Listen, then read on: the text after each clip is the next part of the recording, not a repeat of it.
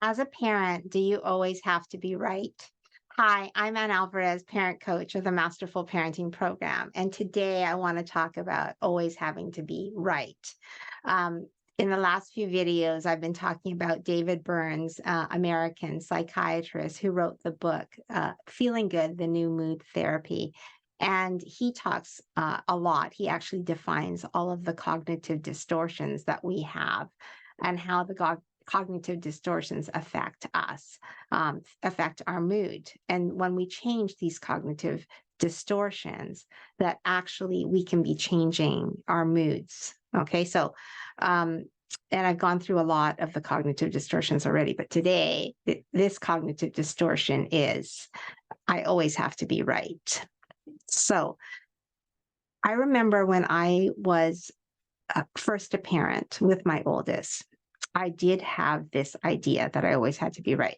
And I know now where it came from. It came from my childhood. My mom was always had to be right, and my mom was always right. We weren't allowed to question her at all. And so I kind of adopted this unconsciously when I became a mom to my oldest, until I realized that actually it's not helpful. You know, you aren't always right. And sometimes we need to humble ourselves to realize that it's okay to not always be right.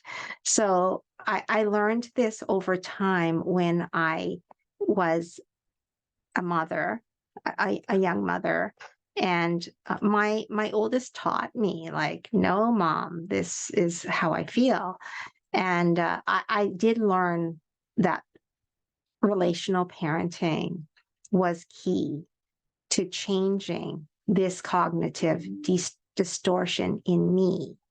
So I want you to know, parents, like when you adopt the attitude or the cognitive distortion of always having to be right, that actually does not build relationship with your children, and it can actually cause more conflict and misunderstanding between you and your child. So important to not adopt an attitude of always having to be right, and to always be humble and open to learning more from your child. So that's the message for today. You don't always have to be right. In fact, you should not always be right, because it breaks relationship with your children, and instead adopt a more humble kind of thinking, and be open to being wrong and being corrected, because that's going to be the thing that will help